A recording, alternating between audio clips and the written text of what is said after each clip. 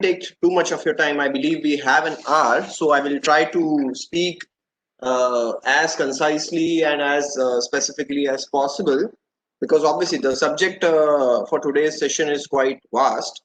So, yeah, uh, today I'll be speaking about a topic which we often don't, read about. I mean, we do read about this briefly in textbooks of social psychology, but maybe not so much because my experience says that this particular paper, Evolutionary Psychology, is not offered in many institutions, at least not in India. I mean, it's relatively at a nascent phase. I mean, it's not really nascent if you ask me.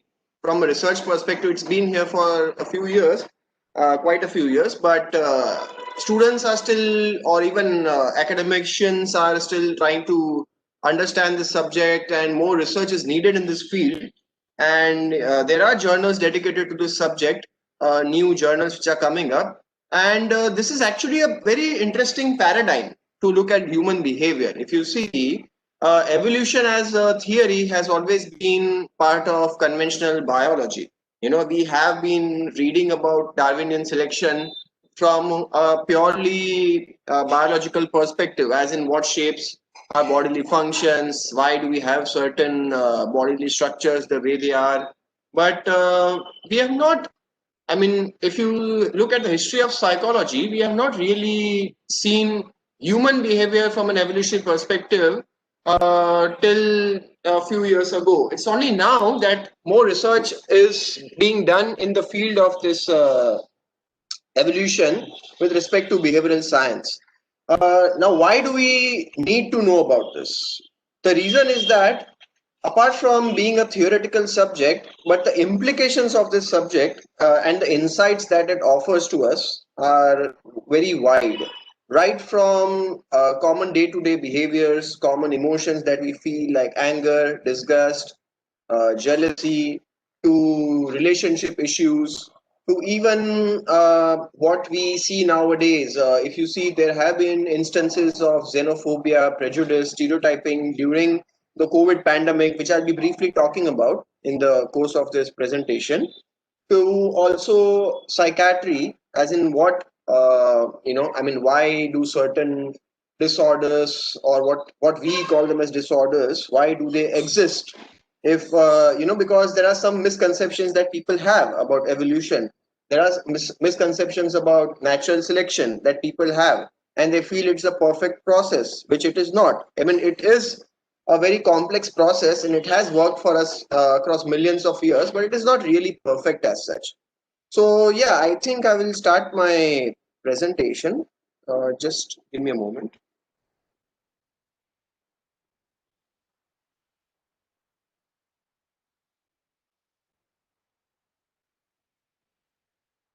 Can you see the screen?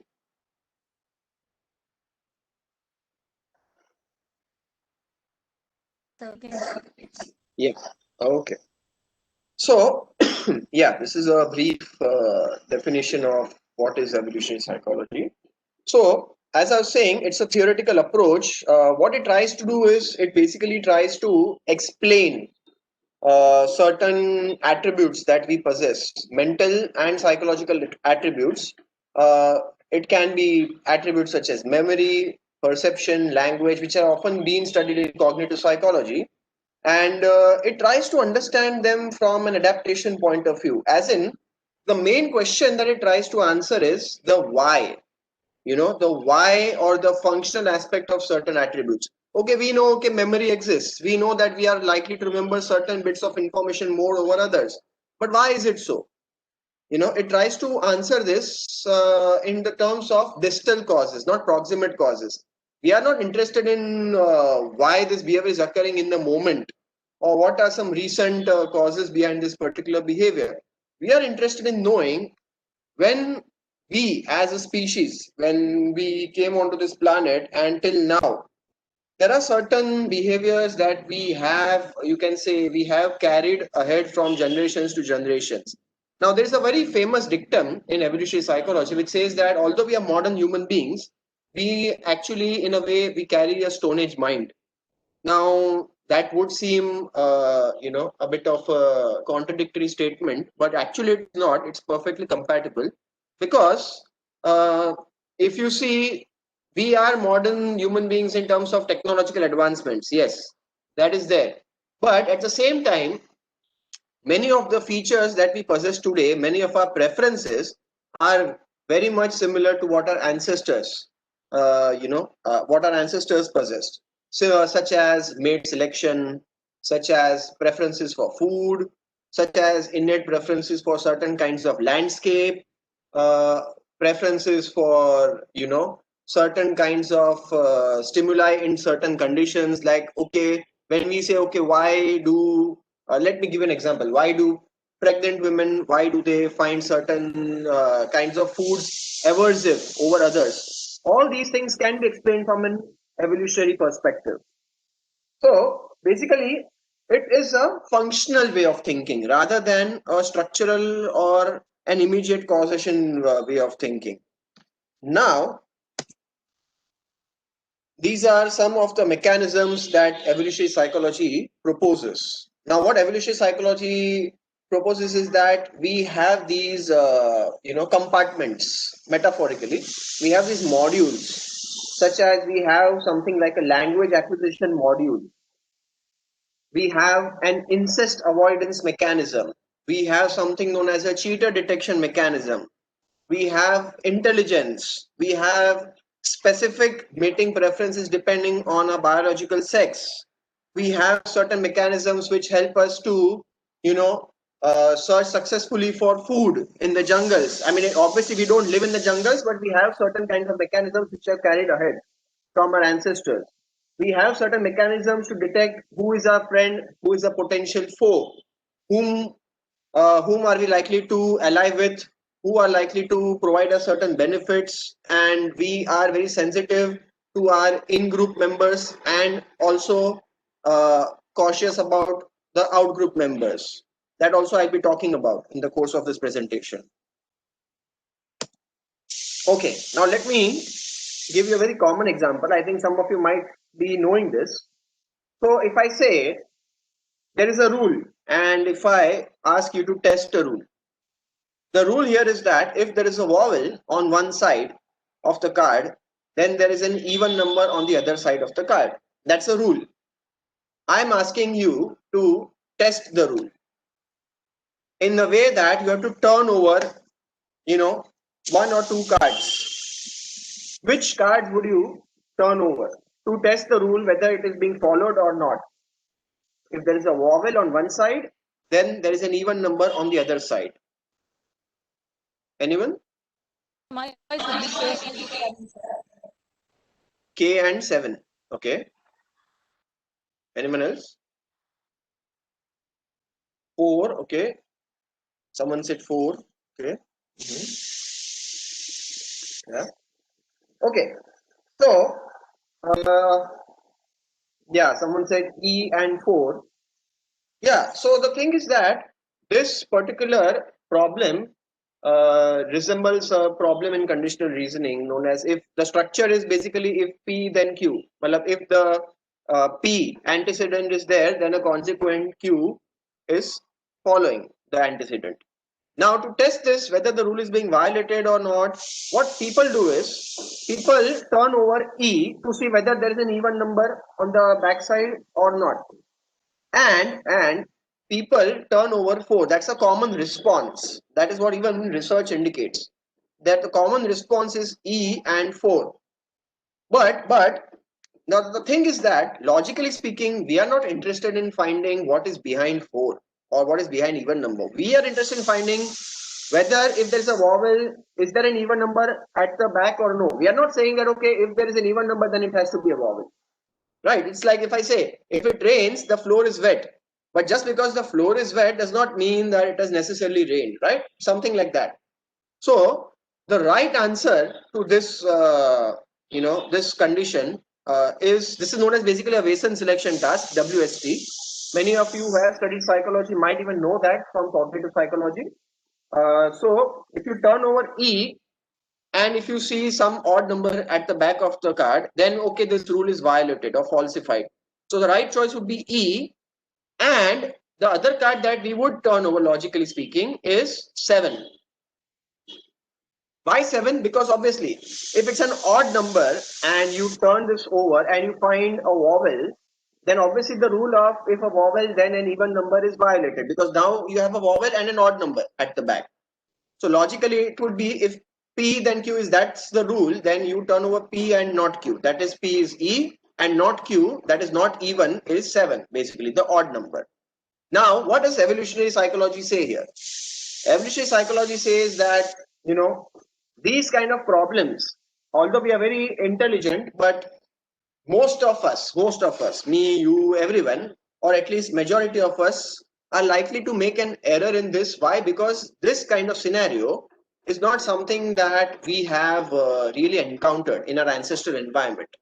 Like when humans stayed on the African savannas, that is one popular hypothesis, that all of us have somewhere originated from Africa, out of Africa hypothesis. That today, what is the present East Africa? If you see East Africa, that is Tanzania, Kenya, Ethiopia, Mozambique, these countries, potentially we somewhere originated out of, the African savanna plains.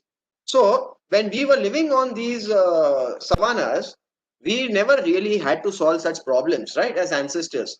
So our brain has never, you can say, developed this ability to solve such problems, because this is something novel to us from an ancestral perspective, right? Unless you have taken a course in formal logic or you have studied cognitive psychology, that's a different thing.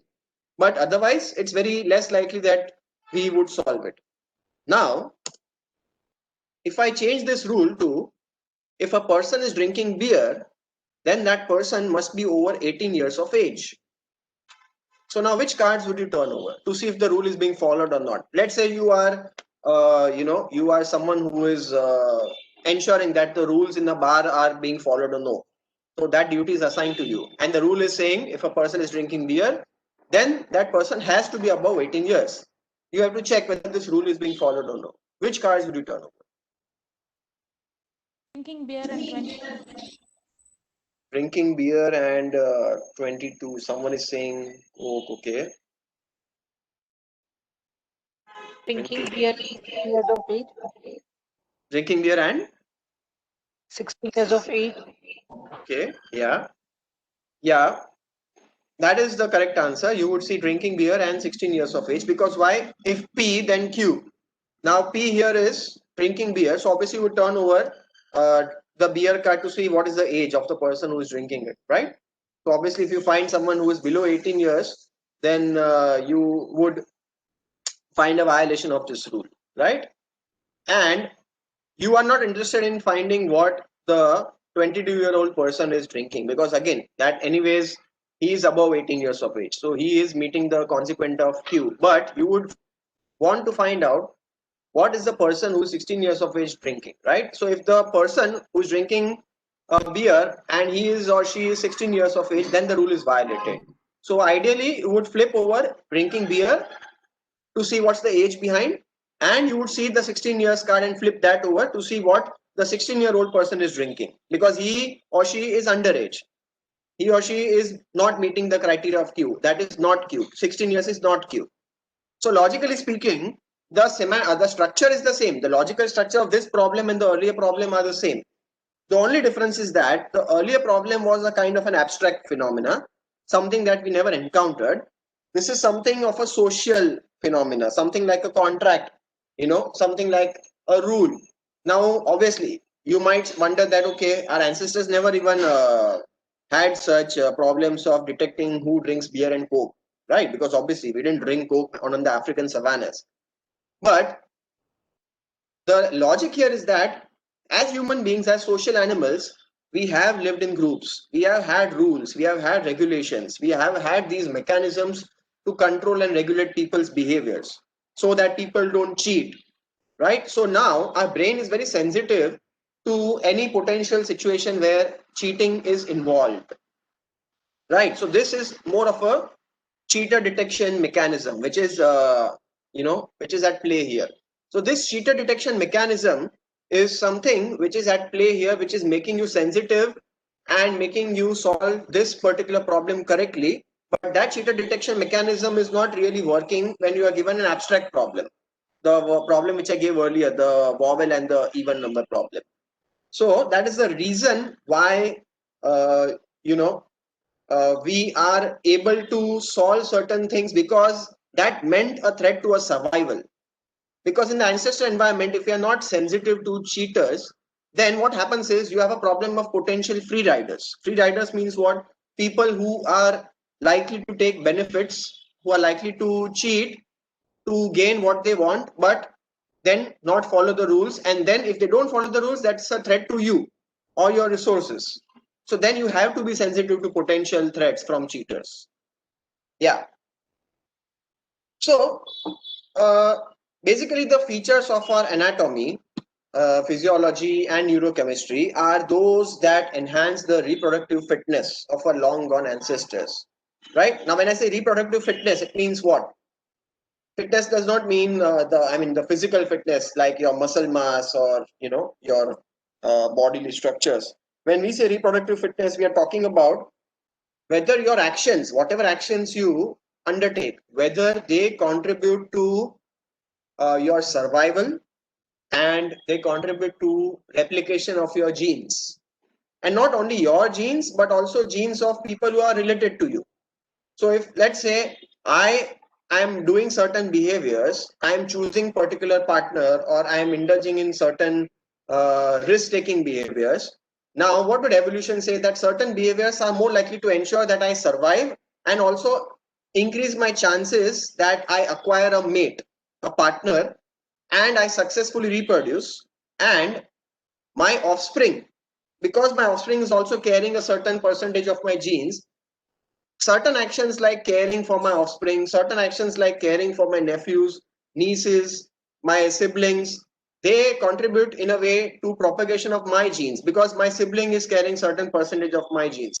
My nephews and nieces are carrying certain percentage of my genes. My grandson and granddaughter is carrying certain percentage of my genes. So any actions or any traits or any emotions which make me do certain things which enhance my reproductive fitness, that is, they lead to propagation of my genes, those actions or those attributes or traits are more likely to be selected for by natural selection and sexual selection, and they are likely to pass down from generation to generation. So basically, as per earlier, there was this misconception. In fact, it is even there. Many people, when they're asked about natural selection, they say it is survival of the fittest. Actually, survival of the fittest is an incomplete statement. It is survival of the fittest followed by successful reproduction. Because even if you read the selfish gene theory, it says that we are just vehicles of our genes. Our genes are trying to replicate themselves through our actions. And many of these actions that we do, many of the emotions that we feel, and many times we are not actually intentionally trying to replicate our genes. We are not choosing a partner with the intention of, okay, I want to replicate my genes, that is why this partner seems genetically right for me. It just means that certain behaviors that we commit subconsciously, these behaviors are somewhere destined to increase the probabilities of surviving and propagating our genes. Yeah. Now let me give an example. If I ask you, would you prefer a cake or would you prefer something like a bland vegetable? Now the most common answer would be a cake or something like a pizza. Now, although consciously we know that these foods are not good for us, right? Too much fat and sugar is not good for us. But there's some disturbance on the other end.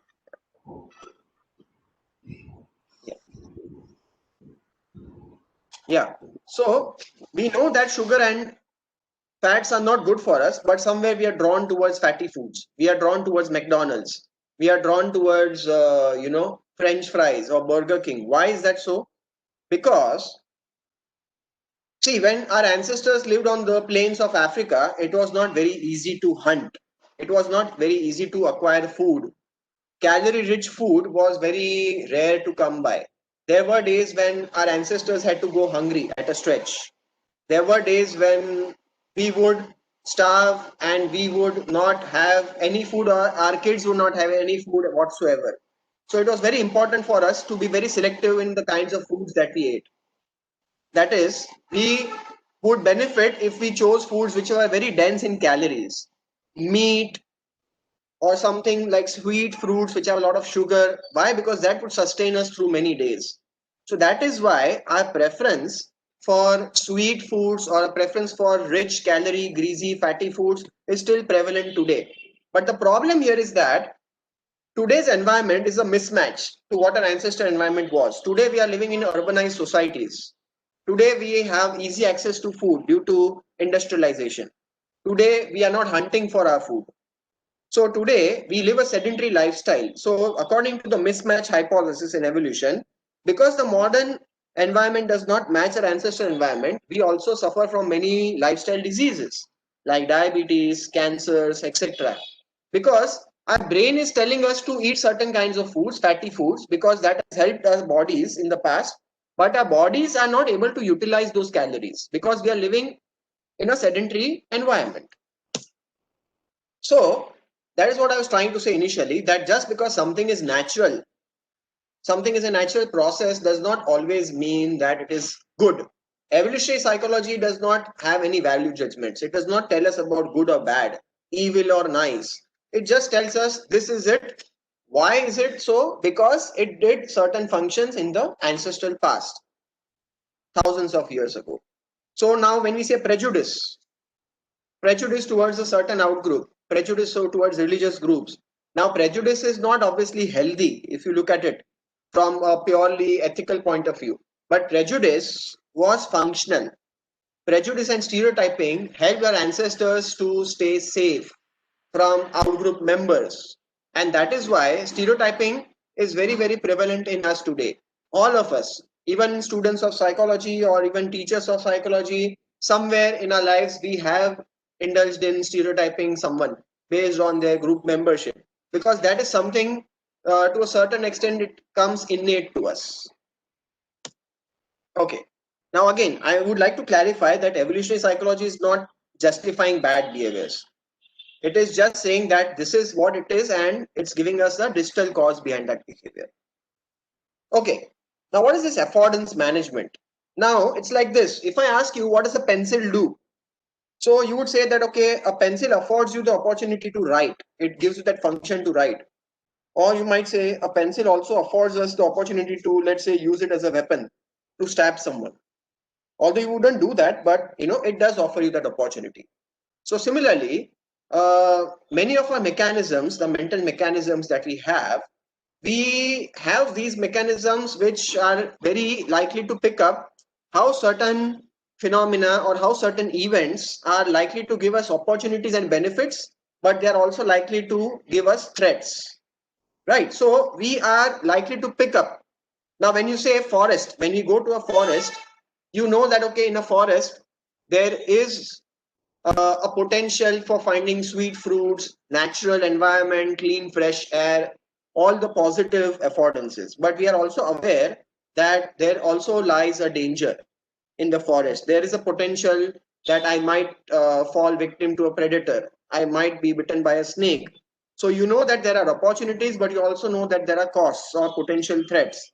So our evolved mechanisms, they are designed to address such threats and these opportunities, and these mechanisms are our affordance management systems. So when we say we are viewing members of a group as typical members having certain typical traits, the reason is that we do not have to engage in effortful processing. Like many of you who have done cognitive psychology, they might have read that, okay, humans are not entirely rational. We are prone to heuristics. We are prone to shortcut thinking. We are prone to biases. Now, these biases somewhere, or these heuristics, somewhere they work very well when we didn't have time to process. If I'm going in a jungle and if I hear some rustling in the woods, I'm not going to think and elaborate on, okay, why is the rustling happening? Or is it a predator or is it just the wind? I will just run away. or I will just take adequate precautions. Why is that so? Because if I try to process and if I try to find evidence behind the noise, I might be bitten by a snake or I might be hunted down. So it's not really wise of me to think logically all the time. Logical thinking is preferred, but it is not practical all the time. So similarly, when you are dealing with someone who is new, when you are dealing with an unfamiliar person, especially if you are dealing or interacting with an unfamiliar male figure who is not, meeting those characteristics of an in-group, you are better off staying cautious. You are better off maybe stereotyping him or her as a threat. Why? Because that person could be a danger to your survival. And even evidence says that, even babies, infants have this bias where infants are more likely to show this fear or aversion towards strange male faces as compared to female faces. Why is that so? Because if you look at it from an ancestral perspective, and even in the animal kingdom for that matter, males are likely to kill babies of other males. I mean, we don't do that now, but maybe many years ago, thousands of years ago, we did that. Why? Because we want to propagate our genes.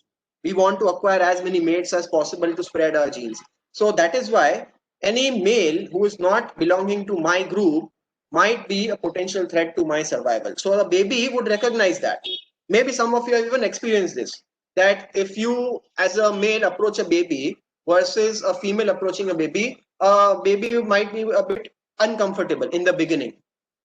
And when a male holds the baby, a strange male holds the baby, right? I mean, I have experienced that, but again, I don't know how many of you have experienced that. At least that's what the theory says in evolution. Okay.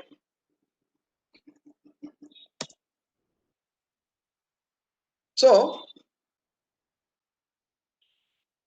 as I was saying, adaptations that we have, these adaptations have helped us to solve specific problems in specific circumstances.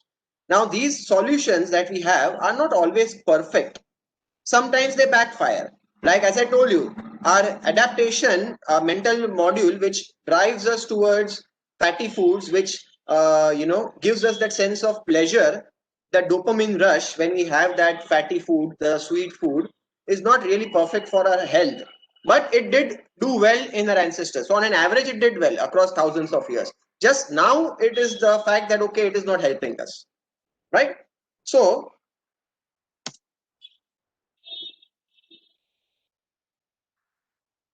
now, do we always stereotype? That's the question. As I said, stereotype is very innate to us. It comes to us naturally, but do we always do that? No, we don't.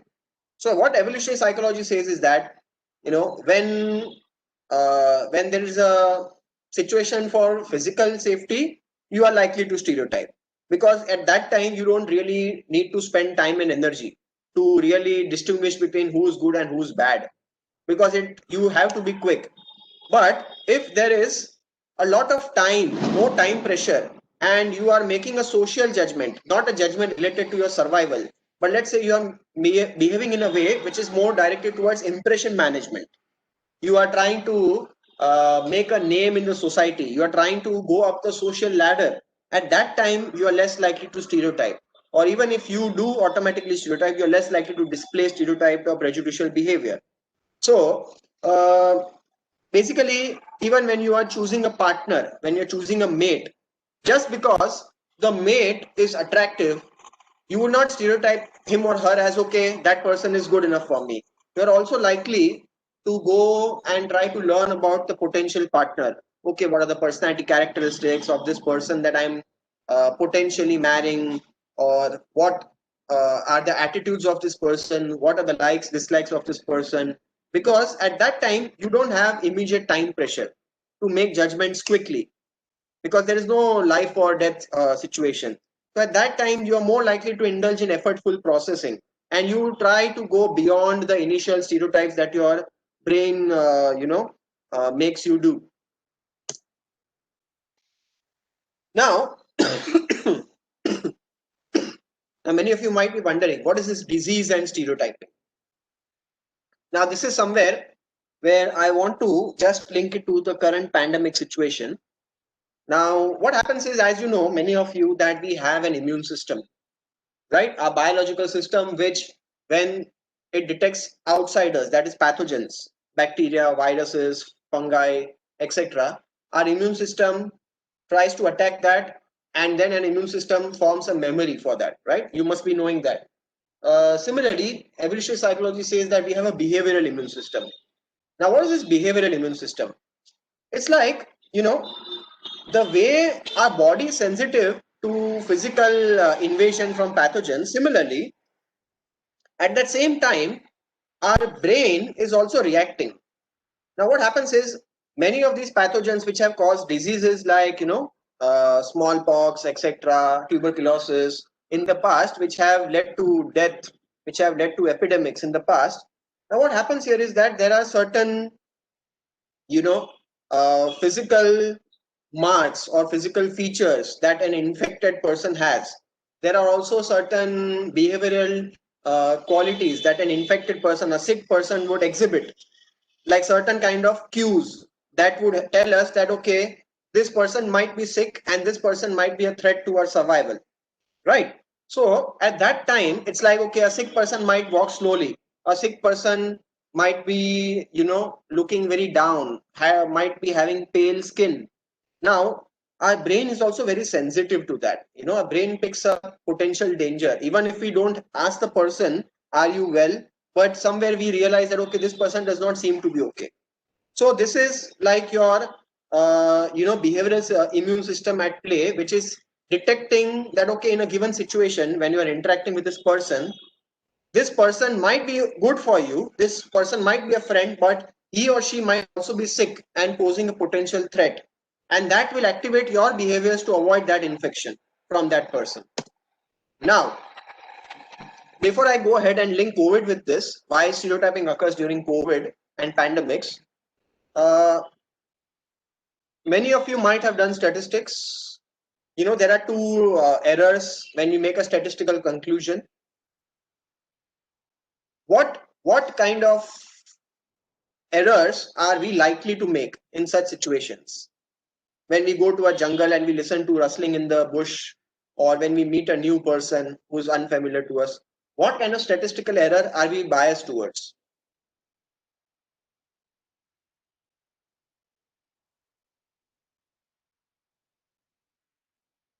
Anyone? Yeah, type 1. What is this type 1? It is false rejection, right? False rejection of the null hypothesis.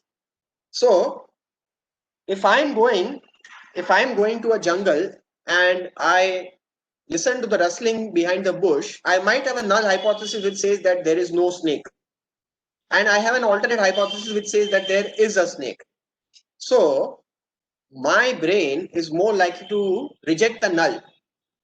It might reject the statement of there is no snake and might go with the alternate that there is a snake. Why is that so? It's just like a smoke detector in a building. Even if there is no fire, but if you smoke, the smoke detector will, trigger the alarm, the fire alarm. Why? Because the smoke detector is not going to monitor whether it is smoke due to smoking or smoke due to a genuine fire. It just triggers. Similarly, our fire alarm in our brain triggers. Now, that same fire alarm, that same tendency towards type 1 error has kept us safe and is part of the behavioral immune system. It wants to avoid possible errors, and that is the reason why outgroup members are perceived as threats, especially during, current pandemic or any kind of situations where there is potential for death and disease. So, just a minute. Yeah. Now, when we say that, okay, let us discuss what happened when this COVID pandemic was raging in India and the world in July, August, September. What happened is many people came up with their own theories. Some people said that the COVID pandemic is due to, let's say, the Chinese. Some people said that the COVID pandemic is just a biological weapon used by the Chinese against the world, especially against India, because of the intense competition between China and India, right? And then all that happened, the standoff between the Indian army and the Chinese army. That also led to a lot of emotions in the media, in the lay people in India. So often, even people who are not Chinese but who have similar facial features resembling somewhere like the Chinese population, those people are also categorized as Chinese. Now, what happens here is that although that's an illogical behavior, not everyone who has certain similar features is a Chinese. That we all know logically. But why do we still do these stereotyping behaviors? It's because, again, when there is a disease, what happens is we are aware of our mortality. We are aware that, okay, there is a potential to die and we are not impermanent, right? So mortality salience is very high during diseases and epidemics. At that time, your behavioral and immune system kicks in. Your behavioral and immune system becomes more sensitive to outgroup members. And especially if those outgroup members are seen as a threat or you have some kind of a history with those outgroup members. In our case, we do have a history with the Chinese, right? We have had wars with China in the past. So even though China might not have done anything to, even there is no evidence that, okay, China has started this virus intentionally, but we still are likely to infer that, okay, they have done that. Conspiracy theories are very prevalent during the pandemic. So even in India, many of you might be knowing that when the pandemic began, there was this issue of Tablighi Jamaat. The news, certain media channels carried the news that, okay, because of the Tablighi Jamaat, the COVID virus spread in India, and many people were criticizing a particular community. But again, logically speaking, does that make sense? No, it does not, because now we know people of other communities, people of other religions are also actually indulging in religious gatherings. It's not only people of a particular community. But why did the newspapers, why did the media just focus on one particular community? Again, the same thing.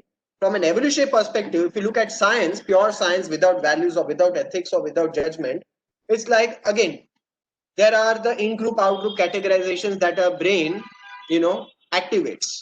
And that helps us to stay safe.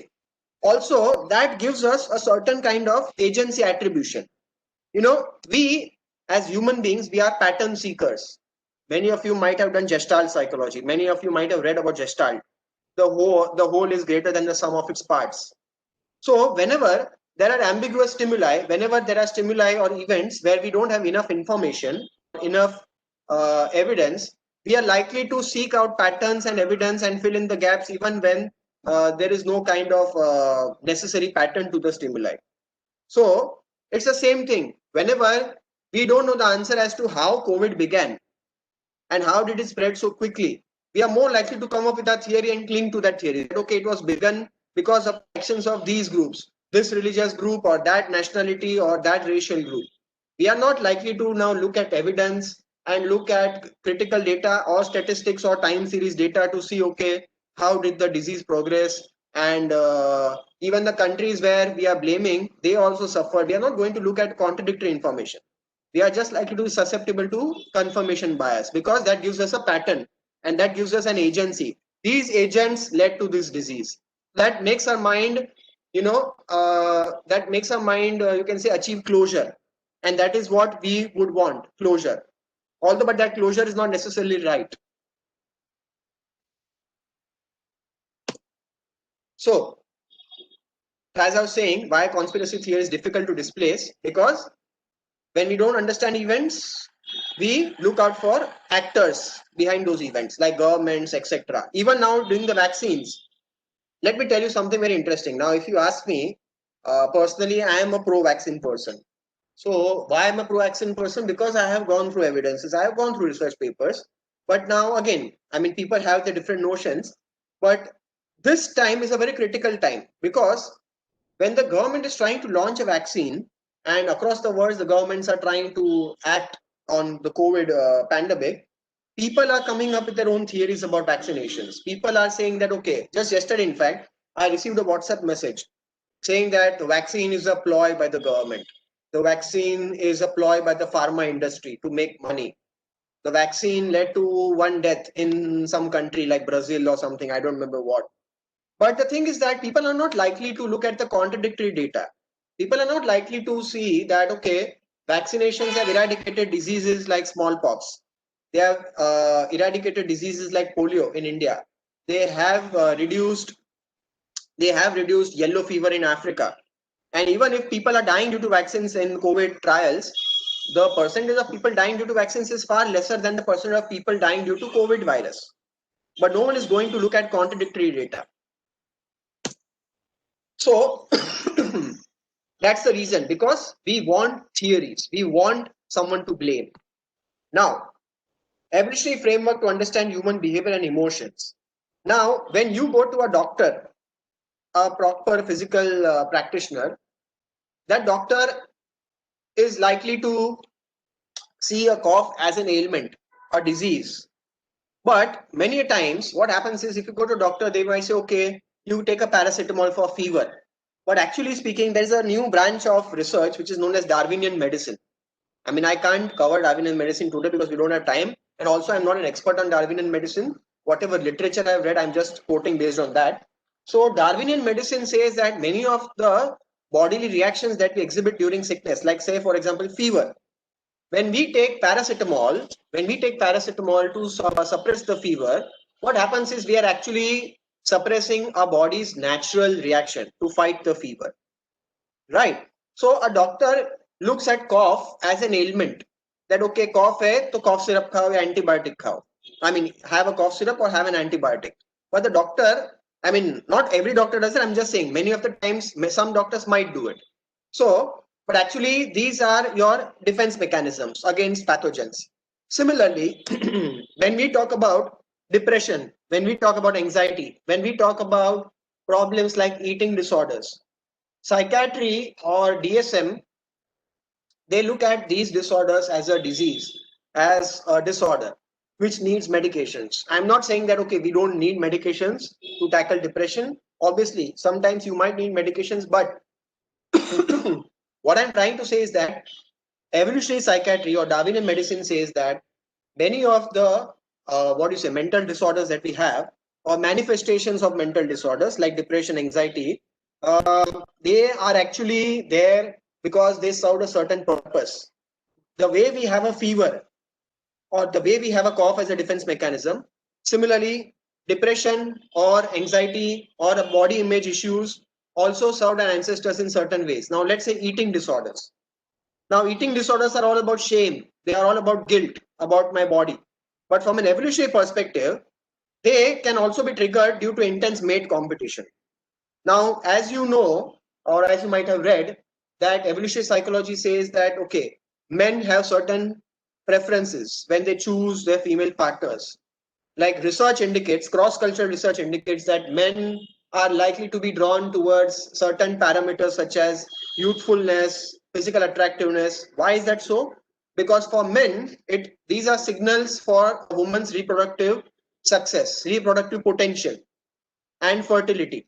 So men, because they look out for potential partners from a gene's eye perspective, now that gives a kind of a pressure on the women, that okay, they are now having intrasexual competition where they compete with each other over physical attractiveness. But sometimes this competition goes haywire, and that is also triggered by all the media images that we see. Thin models who are very, very perfect in the physical proportions, but unrealistic proportions. But because of the mating competition, intrasexual competition, triggered by the media images, that leads to unnecessary shame, guilt, anxiety about our bodies, and that somewhere triggers a problem like eating disorders, or let's say jealousy, or let's say rivalry between partners. Now sometimes what happens is, you know, we often don't understand that, okay, why our partner belonging to the opposite sex behaves in a particular way. Men sometimes don't understand, okay, why do women behave in this way? Women don't understand as to why do men behave in this way. It's like, okay, let me give an example. Sometimes, often if you look around us, or even if you read some research papers, some qualitative papers, there are research papers which indicate that, okay, when it comes to communication, when men communicate, they are more likely to communicate in terms of solutions. If their partner tells them a problem, men are likely to stick to solutions. But women expect someone to listen to them and expect that, okay, someone should hear them out. But when men express their problems, they expect solutions. Now the problem here is that, see, women might complain, okay, men don't understand, or men might complain that why are women so emotionally reactive. That these kind of situations we hear about in our daily lives. But now what would evolutionary psychology say about that? Evolutionary psychology would say that, okay, although both men and women are capable in all areas, but there are certain fundamental differences. There are certain differences in the way we are hardwired. Now, women, actually speaking, women are more attuned to their emotions, and women are also attuned to emotions of others. Why? Because it has helped them to take care of the offspring in the ancestral environment. And it has been seen that when babies cry or when babies display certain facial expressions, women are more likely to detect, okay, what is the infant suffering from? Is he or she hungry? Is he or she in pain? Men are poorer in that. Why?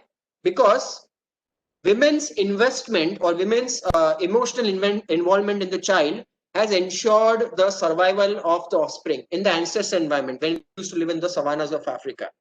So that is why certain differences in the way we react to emotions, they exist. And these intersex differences, if we understand them better, many of the conflicts that we have in our relationships are likely to be solved, or at least likely to be mitigated. Yeah, I think I would stop my sharing. That is something that whatever I had to share, I did. And the last thing I would like to say is even depression.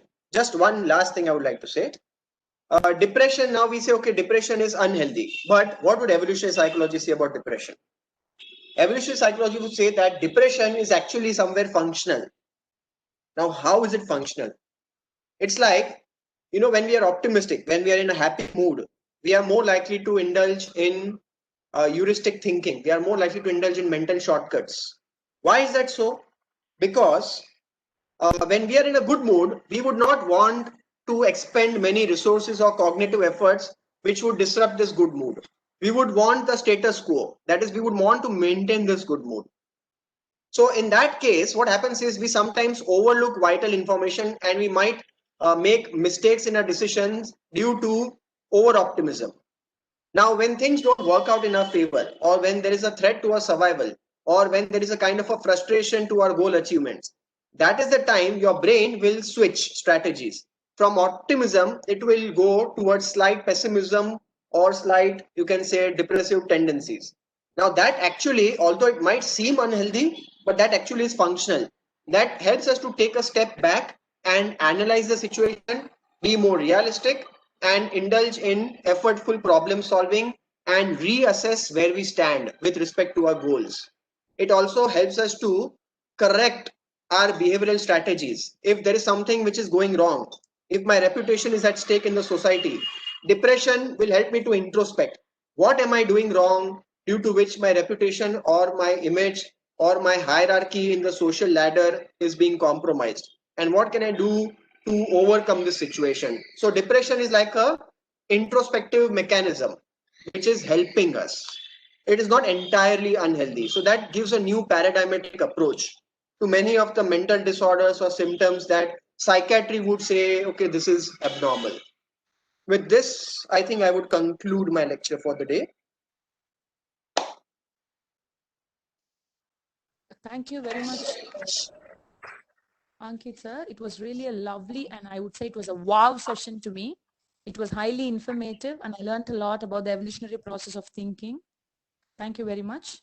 And Thank you, now ma'am. the session is open for discussion. I would request the participants either to unmute your mics to ask the questions or put your questions in the chat box to take it forward. Thank you.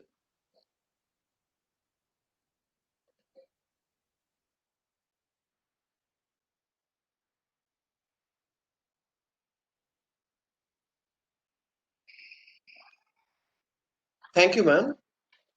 And thank you for the feedback. I see some feedback on the chat box, so it's very nice that I could, share whatever I knew in a span of 1 hour, and people found it novel and interesting. Actually, let me tell you, I'm not an expert on evolutionary psychology because obviously I have not done great research in this, although I have done some research in the during the pandemic. But yeah, it's like a learning process for me as well. So whatever little I knew, I did that. Can I share an interesting research with you guys? What I did recently. Can I share that with you? Just 2 minutes. So it will be our pleasure. Please do it. Sorry. Yeah. Okay. So we have 2 minutes, ma'am. Right? Yeah. Okay, we don't see any questions in the chat, so the time is yours. Our pleasure to listen to you. Yeah. Yeah. So me and my students, where I teach, Vivekanand College in Mumbai, we did a research during the pandemic. Obviously, we did it online. So what we did is that we did a kind of a small experiment where we asked some participants to think about the time when they suffered from an infection, some kind of infection, whatever infection, cough, cold, or anything, stomach infection, and we asked them to write about the infection, retrospect. And some people, the other condition, we asked them to just write about their day-to-day life routine, a neutral condition. Now, what we were interested in knowing, based on evolutionary psychology, as I told you earlier, that when we think of disease and when we think of pathogens, mortality salience is invoked. We are aware of our own impermanence. Now, we had a hypothesis that people who think about the time when they had a disease or an infection are more likely to also give more importance to qualities such as obedience and qualities such as adherence to group norms, that is conformity. Why is that so? Because conformity and obedience, these attributes act like regulatory mechanisms. They help us to keep a check on others' behaviors. Now, at the time when COVID was raging, you know, many of us would get angry that, okay, why are people not wearing masks? We would want people to conform to the rules, wear masks, so that at least the others are not endangered. So similarly, we hypothesized that when they were given a task, I will tell you what the task was. The task was something like this. We gave them like a scenario where we told them, okay, imagine you have $100 and imagine that you have to purchase certain attributes such as obedience, attributes such as risk taking, attractiveness, intelligence, etc. And you have to purchase them for your child. Which attributes would you purchase? How much budget would you allocate for each of the attributes? And our hypothesis was that people are more likely to allocate more budget towards attributes like obedience.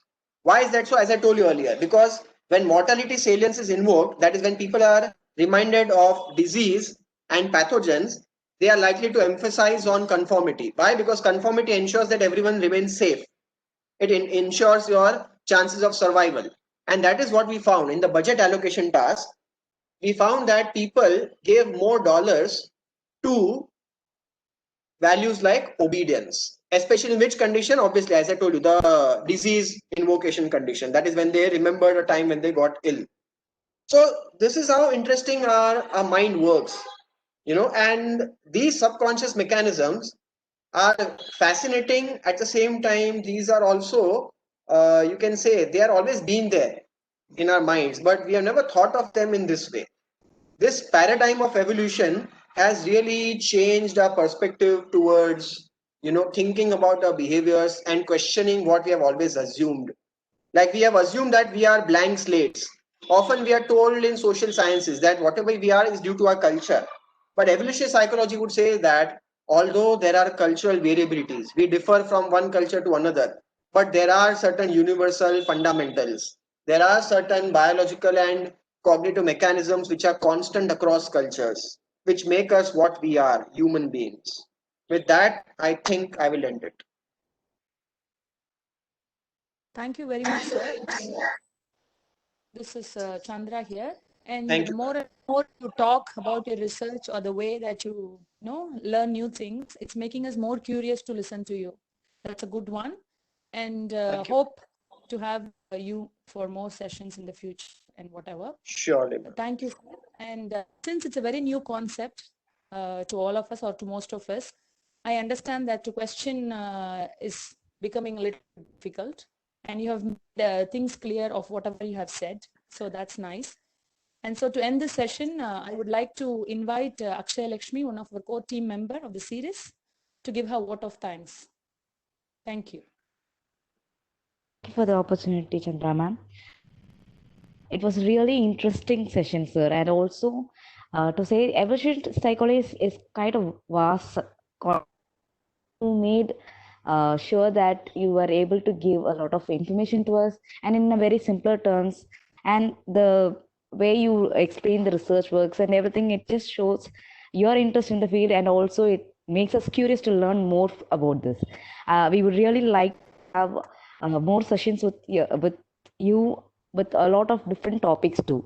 Thank you so much for giving a wonderful session today, sir. I would Thank you. like to place my thanks on behalf of Dr. Suresh Kumar sir, Department of Psychology, the American College Madurai, Mental Health Webinar Series core team members, Meta School of Social Work, Chennai, International Center for Clinical Psychology and Psychotherapy, Germany, MS Chalamuthu Institute of Mental Health and Rehabilitation, Madurai, Red Pond Educational and Psychological Research Center, Madurai, Psycho-Oncological Association, Turkey. We would really like to have more sessions with you, sir. Thank you so much for joining us today. Thank you, ma'am, and I thank the American College and all the co-sponsors or all the institutions which have been part of this wonderful webinar series. I know that there are webinars on different topics as part of the series, and I'm glad that I got an opportunity to talk about a very novel field which is not really spoken about, at least in our country, and people found it interesting. And I'm very eager to interact with the audience once again, and thank you for having me here. And if you have any queries in the future, people, I mean, I posted my LinkedIn profile, that's my name, so you can also connect with me on LinkedIn, where I will try to answer your queries as much to my capacity as I can, because as I told you earlier, I'm not an expert. I really don't like to call myself as an expert, because then I mean, I might not be able to do justice to that term. So I would say I'm a curious learner and I'm a student as well, just like many of you or some of you who are students of psychology. So I still identify myself as a student, and I try to share whatever little I learn day in and day out with people, and yeah, to carry this discipline ahead. Thank you.